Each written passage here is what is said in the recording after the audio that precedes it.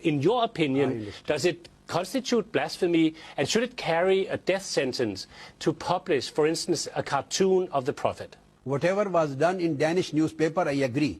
Danish is not an Islamic country. And there is no right of any Muslim community to claim Islamization of Denmark. Sharia is not to be enforced in Denmark. Islamic laws and penal system is not to be enforced in Denmark. So it will never be applied here. This is just a matter in the Islamic countries. I believe in democracy. Parliaments have their own choice to make the blasphemy laws or not to make. What kind of punishment they want to formulate and what kind of not. So Danish parliament has its own right, freedom. So I would say no punishment for the cartoons publisher newspaper here in Denmark. So I would say no punishment for the cartoons publisher newspaper here in Denmark. So I would say no punishment for the cartoons publisher newspaper here in Denmark. So what This about is in not non-Muslim Pakistan? society and non-Muslim state. باقی تو تحقیق انہوں نے کی ہے نا اس Canada والے بغیرت کے بارے میں، اس دلے کے بارے میں، اس خنزیر کے بارے میں. وہ دلہ ساری زندگی حضور کا کھایا اور ذلیل جب وقت آیا حضور کی عزت پر پہرا دینے کا تو پادریوں کے جھولی میں جا کر بیٹھا.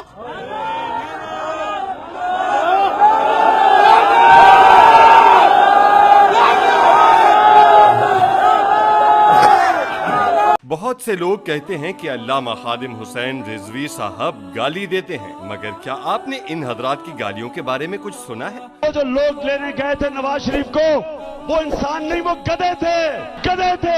پارٹی جھنڈا بھی نا ماتا کالی سے دادے ڈمے بچے دے انسان بچے پٹھے کتے حرامزادے. تمہاری کیا کوالیفکیشن بنے ہوئے ہو؟ چوتیا آدمی بربت کرتے ہو. تیرا باپ 430 تھا، تیرا سارا خون کتوں کا خون ہے. بات صرف گالیوں تک ہی محدود نہیں، بلکہ نوبت کبھی کبھی ہاتھا پائی تک بھی پہنچ جاتی ہے. ہمارے دین میں اعمال کی بنیاد نیت پر رکھی گئی ہے، تو یہ دیکھنا بہت ضروری ہے کہ گالی دینے والا گالی کیوں دے رہا ہے. یہ سیاستدان ایک دوسرے کو گالی اس لیے دے رہے ہیں کیونکہ سامنے والے نے ان کے لیڈر کو، ان کی ذات کو نشانہ بنایا ہے. اس لیے ہاتھ اٹھا رہے ہیں کیونکہ بات ان کی ذات پر آ گئی. مگر جانتے ہیں خادم حسین رضوی کی جو کلپ ہر جگہ گردش کر رہی ہے وہ کب کی ہے؟ یہ کلپ غازی ممتاز قادری کی شہادت کے دوسرے دن کی ہے. اس دن ہر عاشق رسول کا دل غم سے بوجھل اور ذہن غصے سے بپرا ہوا تھا. امیر المجاہدین کا یہ غصہ اپنی ذات کے لیے ہرگز نہیں تھا، بلکہ اس بات پر تھا کہ اسلام کے نام پر حاصل کیے ہوئے ملک میں ناموس رسالت پر پہرا دینے والے غازی کو پھانسی پر چڑھا دیا گیا. جس شخص کو امیر المجاہدین نے دلال کہا وہ طاہر القادری ہے، جس نے مغرب کو خوش کرنے کے لیے ناموس رسالت پر اپنا موقف ہی تبدیل کر دیا اور اس قانون کی مخالفت کرنے لگا. کہ جو بھی گستاخی رسول کا مرتکب ہو، مسلمان ہو یا غیر مسلم، مرد ہو یا عورت، جو گستاخی رسول کا مرتکب ہو اس کی سزا قتل ہے. Whatever the law of blasphemy is not applicable on non-Muslims. It's not applicable on Jews and Christians and other non-Muslim minority. It is just to be dealt with Muslims. ایمان تاثیر کی آپ نے بات کی، جس شخص نے اس کو مارا whatever was the background، وہ شخص قاتل ہے، اس کو قاتل ہونے کی حیثیت سے سزا ملنی چاہیے تھی. دلال کون ہوتا ہے؟ جو پیسوں کے عوض کوئی چیز فروخت کر دے. تو پیسوں اور شہرت کے عوض دین بیچنے والے شخص کو دلال کہنا کیسے غلط ہو سکتا ہے؟ یاد رکھیں، کوئی لفظ گالی تب بنتا ہے جب وہ حقیقت کے خلاف ہو، مگر حقیقت بیان کرنا گالی نہیں کہلاتا. مثلاً کتے کو کتا کہنا گالی نہیں، مگر انسان کو کتا کہنا گالی ہے. تو بتائیے امیر المجاہدین نے طاہر القادری کے بارے میں جو کچھ کہا وہ حقیقت ہے یا گالی؟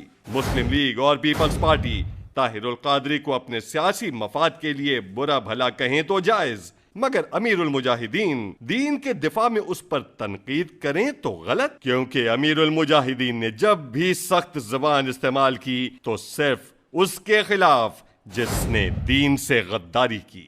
میں آپ کو چیلنج کرتا ہوں کہ ایک بھی ایسی ویڈیو پیش نہیں کی جا سکتی جس میں امیر المجاہدین نے خود پر تنقید کرنے والوں کو برا بھلا کہا ہو. ان کا ہدف صرف دشمنان دین ہیں. ہم تو پھر بھی صرف سخت زبان پر اکتفا کیے بیٹھے ہیں. اب آئیے اصل مدے پر. سخت زبان تو سب نے استعمال کی. سوال یہ ہے کہ آپ کس کی سخت زبان کو نظر انداز کرنے کو تیار ہیں؟ ان کی جو سیاست کے لیے لڑتے ہیں یا ان کی جو دین کے لیے آواز بلند کرتے ہیں؟